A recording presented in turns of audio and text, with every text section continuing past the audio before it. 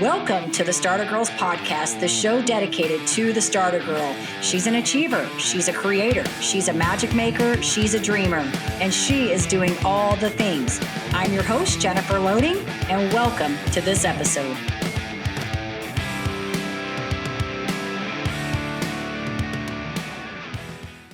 All right, so here we are, another episode of the Starter Girls, and I have a fabulous guest coming on here today, and I'm so excited about this guest, guys, just so you know, because she came on to the Starter Girls. Oh my gosh, Krista, when was this? I want to say it was like February of 2020? 18. Was it? No, it was 2018. It was 3 years ago. You're right, Yeah, 2020. yeah. But it was in the very beginning when we started this show, and it's so funny, Krista, because one of the things I remember you talking about on that show, and it gives me chills because I still remember it to this day, is you said your strengths always find you. You said something along those words, your strengths always find you. And it is so funny because every time I have conversations about strengths, you come up in my conversation. It's like that one thing you said that day, I have not forgotten. And so I'm so excited to get you on here because you're just doing awesome stuff. So Krista Medlock's personal mantra, it's kind of fun to do the impossible, is the daily grit check that she uses in her personal and professional pursuits. As the owner of a strategic consultancy and the coveted company, The Girl Cave, Krista is a visionary that believes she can change the world. She's a former Miss Richardson, Miss Highland Park USA, and Miss Lake Highlands USA, with appearances on Good Morning Texas, international beauty shows, and notable podcasts. Through speaking, Krista uses her life experiences to inspire and activate purpose and potential. When she's not facing life head-on, she's watching a good Lifetime movie, traveling, or enjoying some meals with friends. Krista, I love this. This is such a great accolade. I love it. You did such a good job. Oh, thank you. It's so funny. You know, I think this is so great because you've had to do this. And I used to have to do this because I came from Mary Kay. So I had to learn how to write my own accolades, which is kind of weird sometimes, right? But I think it's so fun when somebody reads it back to you and you're like, hey, that's pretty cool. I did some cool stuff. That sounds pretty neat. Yes. Well, you've done, It's hard, though. Go ahead. I'm sorry. No, I was saying it's hard, though. It really is hard to kind of dig and, find the things that would be a great articulation of who you are without feeling like you're being boastful. Right. Well, you're doing awesome stuff. And I think, when you're in this kind of space, it's okay to say those kinds of things. If you walk around all the time, that's all you ever talk about. Maybe that's, kind of weird. But I think when you're in these kind of spaces, people like to know, what you've done and what's cool about your life. And you have done a lot of really cool things. So real quick, what I want you to do for our audience, because like I said, you got all this cool stuff going on. Tell us a little bit about what you're doing with this Girl Cave. Let's start there first, because I want them to know what this is. Yeah, actually, so 3 years ago, we were just announcing that we're becoming a media company. And today we are stepping fully into that. But we are a modern media company, and it's powered by women for women. And now that we have kind of proven our mission and our values to our community, we're getting a lot of opportunities to partner with premium media channels and things like that. So we'll be launching a show, the Girl Cave Show, on a highly rated and well watched morning show. We're collaborating with a print and radio, and then continuing, the popular Girl Cave events and things of that nature. And we've even added the opportunity. We're redoing and reestablishing our website, where it will be kind of like the TED organization, but for women. If you can kind of imagine what that kind of vehicle is like. So we're really excited that we're putting on our big girl clothes. Yeah, I like it. And so interesting, I think for you too, is because when we met, it was, pre-pandemic. It was before all the, the world changed as we knew it. And you were kind of, at that time, I remember sort of kind of getting and going and kind of moving and stuff. And so all this has happened afterwards. And so I just want to say to you, congratulations, being able to weather through that and come out on that other side and not giving up on the original purpose and passion. Right. Yeah. I actually, the pandemic actually is the reason why we were able to walk fully into this next direction, this next generation of what the Girl Cave is. If we had continued on our path, I don't know that we would have elevated to this big and most impactful social enterprise. It really gave us time to dream up and to connect in a different way. And that's really what the Girl Cave needed, for this level of growth. So it did us a favor.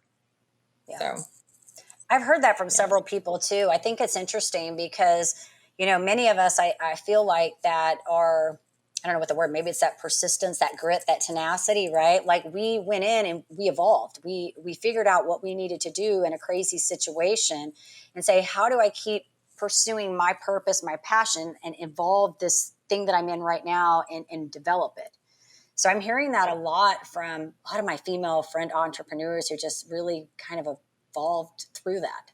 hmm Yeah, I really think that we're all better. I know it was not good in the moment, but the dreamers are really taking that and pushing themselves beyond their comfort zones, and we are paying greatly for it. Like I think there's a lot of fruit that's going to produce this next year as a result of everyone's strife. Yeah. We've Yeah. become sharper Well, business owners. hmm yeah, in the beginning I saw, when I read the part about the daily grit check, and I like that. And, it's kind of fun to do the impossible. And it's almost like you have this, don't tell me it can't be done, because I'm gonna do it. Yes. Yes. I think if we face it and we proclaim it, it's easier to get to that end goal. If we're like, well, I don't know. No, we're gonna achieve what no one has achieved before. And that's how you hold yourself accountable to being a big dreamer and that blue sky thinking, right? Right. So Yeah, it's hard sometimes. I got a little beep there. I'm like, okay, hello, we need to turn those off. I'm usually pretty good about getting those things, but every once in a while things slip. I was telling someone today, Krista, it's like I've got all these, you're like me, we're like doing all these things. We're all over the place all the time. Like I feel like I've got this I'm building and working on. I got this I'm building and working on. And people are messaging me and they're like, hey, did you read my email? And I'm like, yeah, I don't have time to think about that right at the moment. I need to like get all the squirrels in the right places. yes, I know. It's So juggling. yeah, well, you're doing it all, and I love it. And so I know one of your big things, is the serving and helping. Inspiring. And that's what I get from you, is that it's all about inspiration. What does that mean to you when we talk about serving? Because you're doing all these cool things, and a lot of it, I mean, you're working with these women, and I know you got this big event coming up this week that you're super excited about. So tell us a little bit about what this means to you. Yeah. Well, from a planning perspective, I'm a strategist. Remember, you talked to me 3 years ago, and I was still heavily consulting, and brand and marketing is where I come from. So, while I have this acumen, what I do pair it with is what I call, a call for humanity. So when we plan things for our organization and we plan a program, or even being very thoughtful about all of our channels, our website and our social, it's planned with love in the details. And I know that may sound soft, but it's planned with how can we disrupt, number one, and get people's attention, right? Because it's so congested out there, right? Digitally, and even when we go to now, events are starting to come up. It's just everything is being thrown at us, right? So our main focus is really to provide women with positive media that will disrupt what we're currently seeing and bombard it with on a day-to-day basis. And so we're very intentional and purposeful on everything that we say, do, and are when we reflect that back to women. So that's first and foremost, is love is in the details. It really is. And that's actually our advisory board of 10 women. We have contractors and things like that. We challenge ourselves with everything that we plan. Did we consider this with love and service and humanity to the women that are going to be taking part? So Yeah, I love that. I love it. And I think that is such a, not every company is coming from that, that space. And so I get that. And that's why I said in the beginning, I think you and I are doing similar things. We go about it in different ways. And I love that you're being able to expand that out, and you've got people that are helping you do this and spreading the message. And I also like that you said, in a time where we were being bombarded with all this, the only thing that's coming to mind when you were saying that for me is all the negative media and everything that's happening in the world that we have absolutely no control of, right? We have absolutely no control. And I've said that even about my show, that is, for me, it's, I like doing the podcast, but I can inspire myself. I don't really need anybody to do that for me. I can do it myself. I like inspiring other people because I know in the back of my mind every day, Krista, if one person changes just a little bit, they have the capacity to help more people around Mhm. them make change. Yeah. And it has to start with us, right? Like we have to Yeah. be the change to help others make the change. Yes. Yeah. Yeah. You're absolutely right. I think if we reflect that, people will start to emulate that. You know, that expression where you give people permission. Mm-hmm. You know, you give people permission to be authentic in who they are. You give people permission to be the one that says, wait a minute, let's look at this more positively, or let's think about all the good things that can come from this, and kind of reframe their mindset from what we're typically trained to think and be and do on a regular basis. So I think we're definitely setting the groundwork for a powerful mission that will help change people's lives in that regard. Yeah, it's good.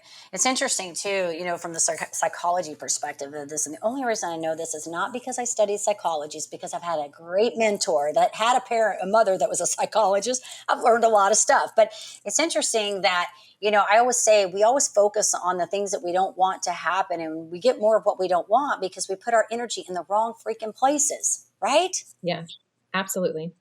And so to me, it's like when we're spreading this positive inspiration and light and whatever that is, we're hopefully shifting that mind, like you're saying, shifting the mindset to let's focus on more on what we want to create, what we want to see happen, right? It's hard to be like, I always say, when you're in a place of good vibes, it's hard to feel fear and panic and all those things, right? It's just hard to be in those same spaces. Yes. The same as it's hard to feel hate, the same as, disdain and anger and bitterness. It's hard. Those things can't live together.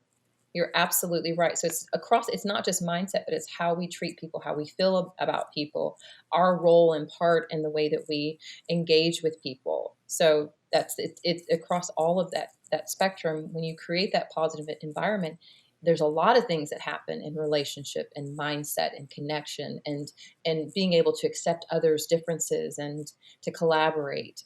There's a lot of Yeah. good things, good fruit, as I said before, that come from positive environments. Yeah.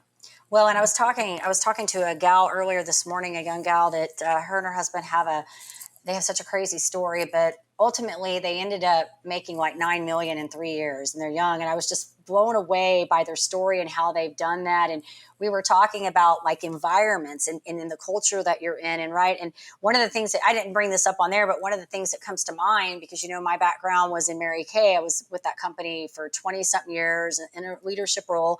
And I always would say, women stay in those in there because of the culture. It was the values that the company had, Mary Kay's values that she had built or had when she created that company.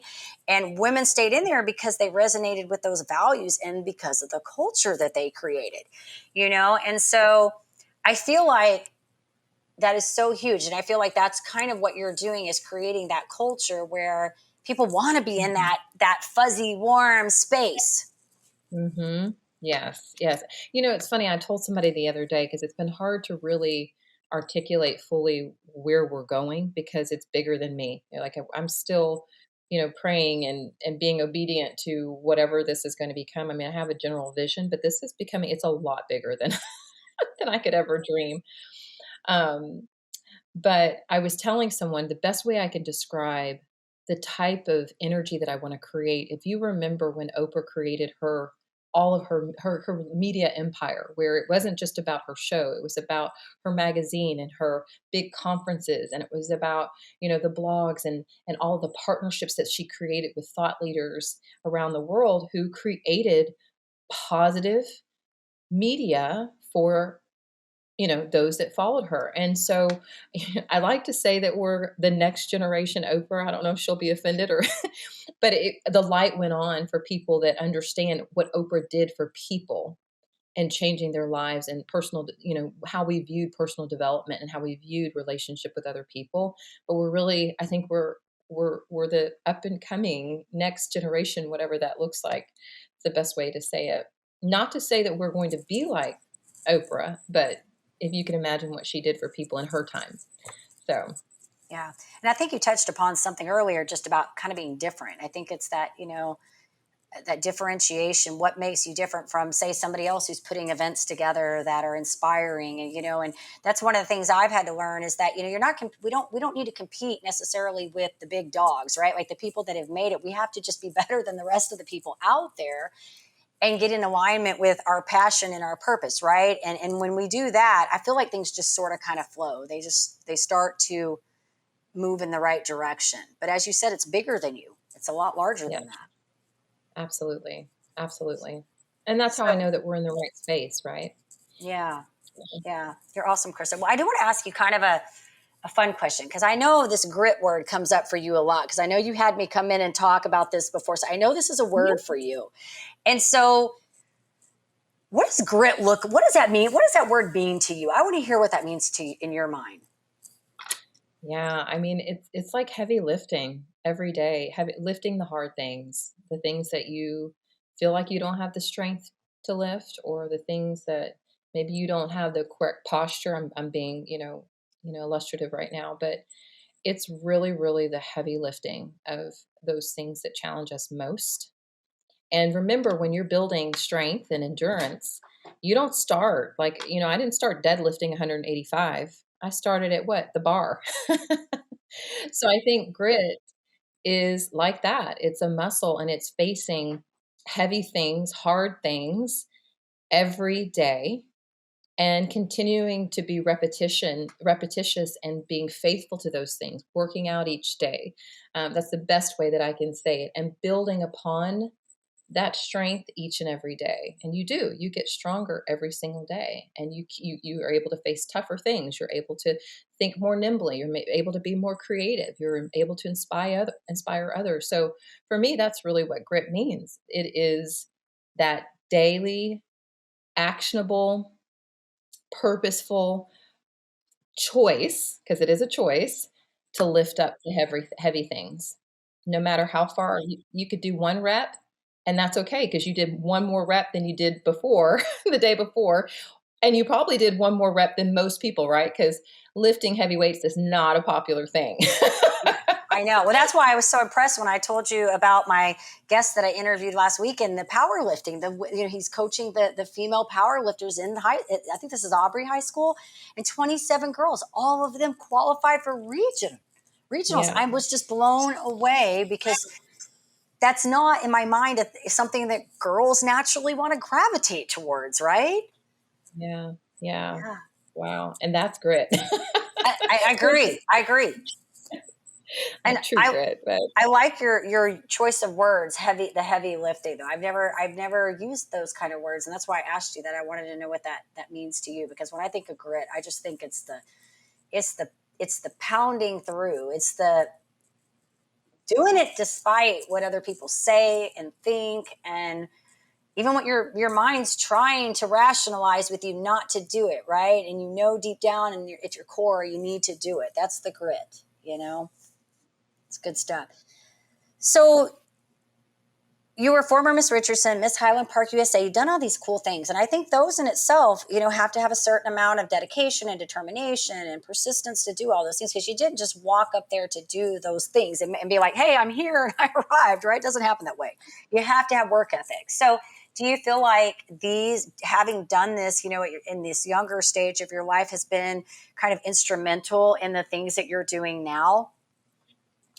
absolutely. I know. I will tell you, my story about doing pageants is very different. I didn't know what a pageant was. One day they asked me to do Miss Dallas Teen USA, and I was like, "Well, what's a pageant? What do you do?"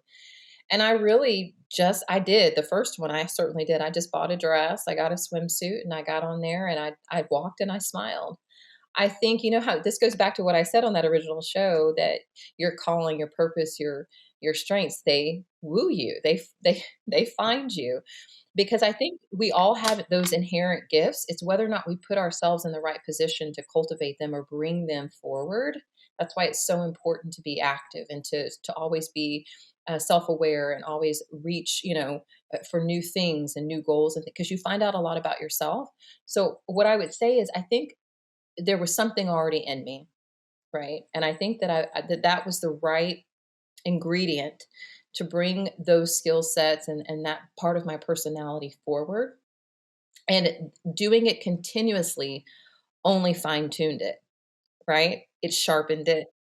And I would have to say very much so. People who think that carriage or the way you dress or your confidence or the way that you reflect yourself outwardly when you walk in a room doesn't matter, it very much does.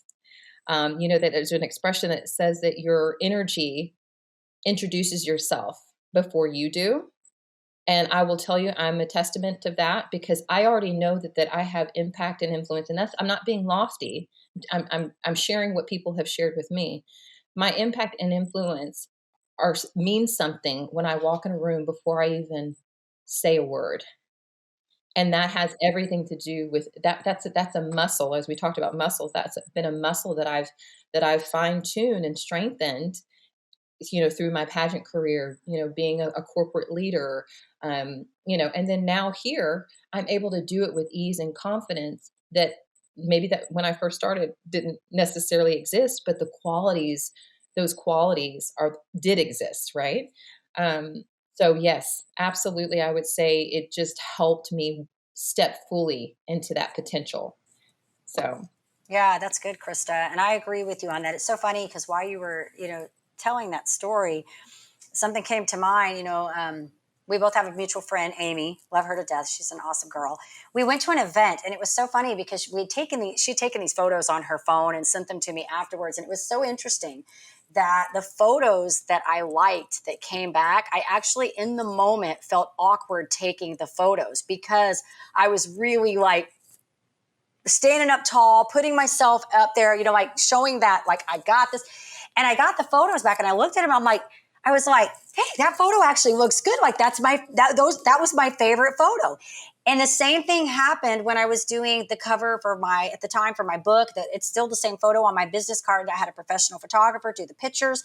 And I remember all the ones where we were trying to, I was trying to sort of kind of, no, I felt like I wasn't being myself. I didn't care for, but the one where I felt sort of awkward, but I was sort of in the same way, kind of having fun and being myself, right? Being authentic. That ended up being kind of my signature photo that I use. And I use it for all my headshot work and anytime I have to do a speaking engagement, that's what I put forward. And so I think what I'm hearing from you is when you say exercise that muscle, is that you did that work, and it's sort of like learning karate or learning how to run. Anything you do, if you do it over and over and over, you yeah. start to make that kind of a natural feel for you. You no longer have to work Mhm. at that. Let me stand tall. Let me have that Right. posture. Let me exude that energy and that confidence when I go on stage because you've been doing it, you know? That's absolutely right. Yeah, that's absolutely right. Yeah. It's like podcasting. I think it's the same thing. I share this, and I may have shared this with you when I went, started in Mary Kay in 19, I think it was 1999 when I started. I was teaching aerobics at the time, and both of those things I did, despite I was super, super shy. I was super, super shy, and match that with a little bit of introversion. I think I'm an ambivert now. I have extroversion moments and introversion moments. I go back and forth depending on the day. But match those two together at that time, the pain that I felt having to go up on stage in front of people when I didn't really like to be noticed. But I will tell you, it's kind of like your pageantry work. I did that for several years. And then when I went into the network marketing space and I moved up into leadership, I had to start talking in front of people. I had to get better at slowing down, communicating clearly, because I would be so nervous. And then, when I went in to start doing the podcast, I had some of that, but I still had to learn a lot. It's so funny because now, I've interviewed probably over 200 people. I'm just like, nothing phases me anymore. It's Yeah. like, I got to talk to Yes. somebody. Okay, I'm fine. Who am I talking to today? 5 minutes Yes. before, we're just going to do this thing. So it's that Yeah. skill that you get from that repetition over and over and over. Yes. Yes. And you do it well. You really do.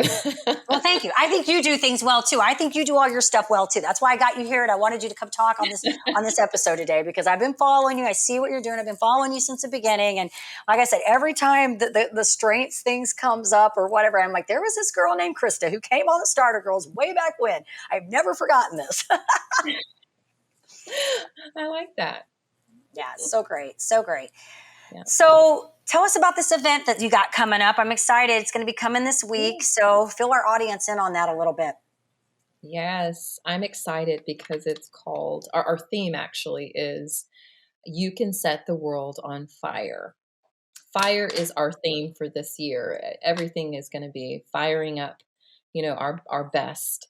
And so it is a Women in Business Summit, and we are partnering with First United Bank, which, if you know anything about their brand, everyone should check out their brand because their pillars are absolutely spot on to where we need to be as a society, just considering personal growth, finance, well-being, whole person, faith, all those things. So I have a lot of admiration for their brand.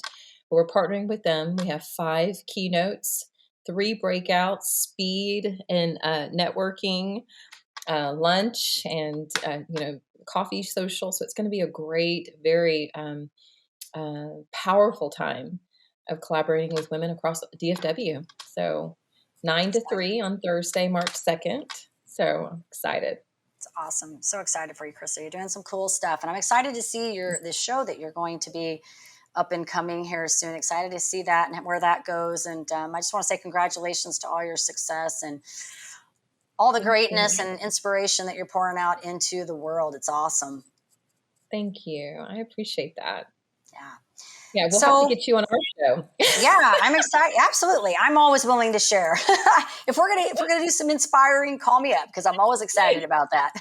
I joke, one of my favorite things to do is I love listening to people's ideas. Like that is my favorite thing to do is to come up with ideas and listen to people talk about the things they're excited about and what they're doing. And, it's fun to watch. That's one of the things I love about this show, even both these shows, this and Behind the Dreamers, is that I have the ability to get in the space of so many incredible people that are making a difference. And in a world where we see all this, as we've said, negative stuff going on, behind that, there's another awesome person that just needs to get their story out. They need to talk about something. And so it really brings it back to perspective and makes me appreciate that there are people like us out there that are doing awesome things. Yeah. Yeah. Pretty cool. Yeah. So Krista, if our audience wants to get in touch with you, they want to find out more about your work, this Girl Cave, all the cool things you have going on, where do we want to send them? Yes. thegirlcave.online. thegirlcave.online. Okay, perfect. We'll make sure when this gets out and all the good stuff, you'll get the links, but we'll also make sure that we get the website links in there and all that good stuff so they know where to come find you. Awesome. So it's been fun. Thank you. I'm so excited for you. Thank you for sharing and being authentic, and good luck on this event this week. I know you're going to do great and it's going to be amazing. Thank you so much. I appreciate that. Big time. We'll actually record it, so we'll send out links too. Oh, cool. So very cool. All right. Well, to our audience, if you enjoy our show, go check us out on your favorite podcast platform. Give us maybe a rating. That would be awesome. And of course, you can find us on YouTube and hit that subscribe button. And I do want to say to you guys, take care, be safe, be kind to one another, and we'll see you next time.